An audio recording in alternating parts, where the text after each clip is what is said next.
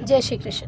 दंडवत प्रणाम। हमेशा हमें ऐसा लगता है कि अच्छे लोगों के साथ ही बुरा होता है और बुरे लोगों के साथ हमेशा अच्छा होता है। तो श्रीमद् भगवत गीता में श्री कृष्ण जी ने साफ साफ कहा है कि ऐसा कोई बात नहीं है कि अच्छे लोगों के साथ ही हमेशा बुरा होता है और बुरे लोगों के साथ ही हमेशा अच्छा होता है। ऐसा ही एक प्रश्न जब अर्जुन के मन में आया तो श्री कृष्ण के पास वो गए और वो जाकर पूछे कि हे नाथ, हे माधव, ऐसा क्यों है कि जो मनुष्य अच्छे कर्म करते हैं, पूजा पाठ करते हैं, जप तप करते हैं, उनके साथ बुरा होता है और जो गलत काम करते हैं, चोरी चकारी करते हैं, उनके साथ हमेशा बुरा नहीं होकर हमेशा अच्छा होता है। तो ऐसा क्यों है?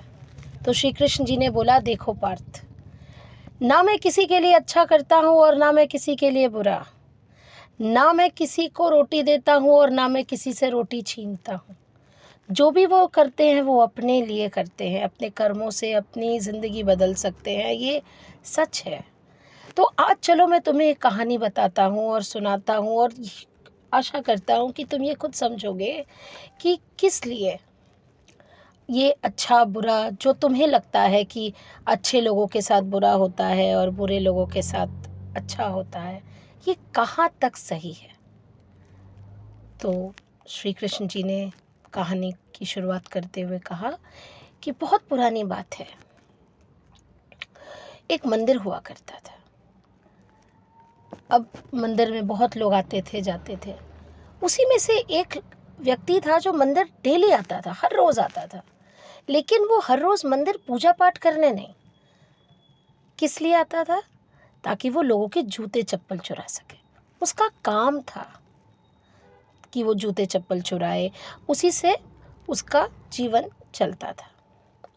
तो एक दिन क्या हुआ कि बहुत ही भीषण बारिश होने लग गई, इतनी तेज़ बारिश होने लग गई कि कोई मंदिर आया ही नहीं।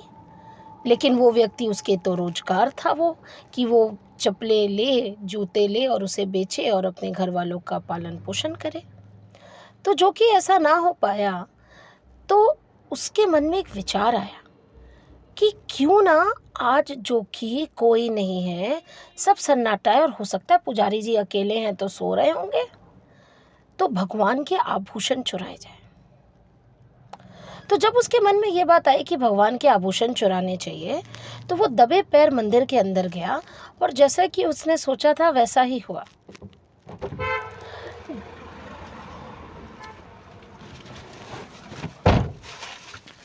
तो उसके बाद में उसने मौका देखा और चोरी कर ली। जब उसने चोरी कर ली और वो चीज़ें लेके भाग रहा था, तभी मंदिर में एक और आदमी आया। वो आदमी डेली पूजा पाठ करने आता था। उसके मन में कभी चोरी का भाव, किसी के लिए छल कपट नहीं था।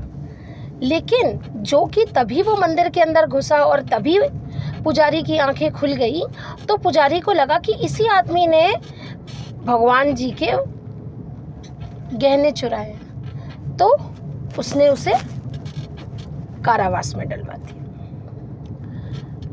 कहीं ना कहीं, कैसे ना कैसे करके वो सज्जन पुरुष वहां से भाग गया। भागते भागते वो उसी आदमी से टकराया जो आदमी उसी मंदिर से गहने गाटी चुरा कर भागा था। लेकिन उसकी किस्मत उसका साथ तभी भी नहीं थी। वो भागते भागते भागते भागते उसके पैर में एक पत्थर टकराया और वो गिर गया। उसके सर में चोट आ गई और वो बेहोश हो गया। उसके बाद पुलिस वालों ने उसे वहाँ से उठाया और उठा के उसे जेल में डाल दिया। वो जेल में सारा टाइम सिर्फ यही सोचता रहा कि हे प्रभु, मैंने तो ज़िंदगी में कभी कुछ गलत किया ही नहीं, कभी कोई छल कपट नहीं किया, कभी किसी के साथ गलत नहीं सोचा, कभी किसी को हानि नहीं पहुंचाई। तो आज मैं यहाँ जेल में हूँ और इतने बड़े पाप का अधिकार मुझे मिल गया। लोगों ने बोल दिया कि मैं चोर हूँ, मैंने आपके आभूषण चुरा लिए। क्या मैं ऐसा कभी भी कर सकता हूँ? क्या परमेश्वर आप कुछ भी नहीं सुनते? क्या आपको कुछ भी नहीं समझ में आ रहा कि मैं कितने दुख दर्द से बीत रहा हूँ? ये करते करते उसकी सज़ा पूरी हो गई और वो अपने घर वापस चला गया। ज़िंदगी चलती रही, इसकी भी और उस चोर की भी। करते कराते दोनों की मृत्यु हो गई। और मृत्यु होके जब वो ऊपर गए मरने के बाद, तो उसने उसी जगह उस आदमी को भी देखा जो कि मंदिर के आभूषण चुरा करके भाग रहा था। तो उसने यमराज जी से पूछा कि यमराज जी, आपको पता है ये कौन है? ये मंदिरों से भगवान जी के आभूषण चुराता है। इसके साथ तो बहुत अच्छा हुआ, इसको तो पैसे मिल गए, सब कुछ मिल गया, इसकी तो ज़िंदगी बदल गई। और मैं जो कि मेहनत कर कर 2 वक्त की मुश्किल से रोटी खा पा रहा था, उसके साथ गलत हो गया, मुझे जेल हो गई। और आज देखिए, आज मैं ये हाल में मेरी मृत्यु हुई है। तो यमराज जी ने उनसे बोला कि देखो पाठ, ऐसी बात नहीं है कि तुम सही हो और तुम्हारे साथ गलत हो गया और ये गलत है तो इसके साथ सही हो गया। इसके किस्मत में राजयोग था, लेकिन इसके कुकर्मों के कारण ये दर दर भटकता रहा। ये अपनी ज़िंदगी में हमेशा हमेशा हमेशा चोरी करता रहा, चोरी करके पैसे कमाता रहा। तो इसकी ज़िंदगी में जो कि इतनी सारी खुशियाँ थी, राजयोग मतलब लोगों के ऊपर शासन करने का, इसके ज़िंदगी में क्या से क्या कर लेता ये। लेकिन देखो, इसने अपने कर्मों से क्या किया, ये एक चोर बन गया। और तुम्हारे अच्छे कर्म इतने अच्छे थे कि अच्छे कर्मों के वजह से तुम्हारे साथ में जो भी छोटे मोटे एक्सीडेंट हुए वो तुम्हारे लिए जानलेवा थे। लेकिन तुम्हारे अच्छे कर्म के वजह से, तुम्हारे पूजा पाठ के वजह से, तुम्हारे दान पुण्य के वजह से उसी क्षण तुम्हें दूसरी आयु मिली, दूसरा जीवन मिला। तो उस मनुष्य ने पूछा, ऐसा कैसे? बोला, जिस दिन तुम्हारे पहले दिन एक्सीडेंट हुआ था, तुम्हारा सर से खून निकला था, उसी समय तुम्हारी मृत्यु निश्चित थी। लेकिन तुम्हारे कर्म इतने अच्छे थे और तुम्हारे हाथों से परमेश्वर चाहते थे कि और दान पुण्य हो और अच्छी चीज़ें हों, इसीलिए तुमको पुनर्जन्म मिला।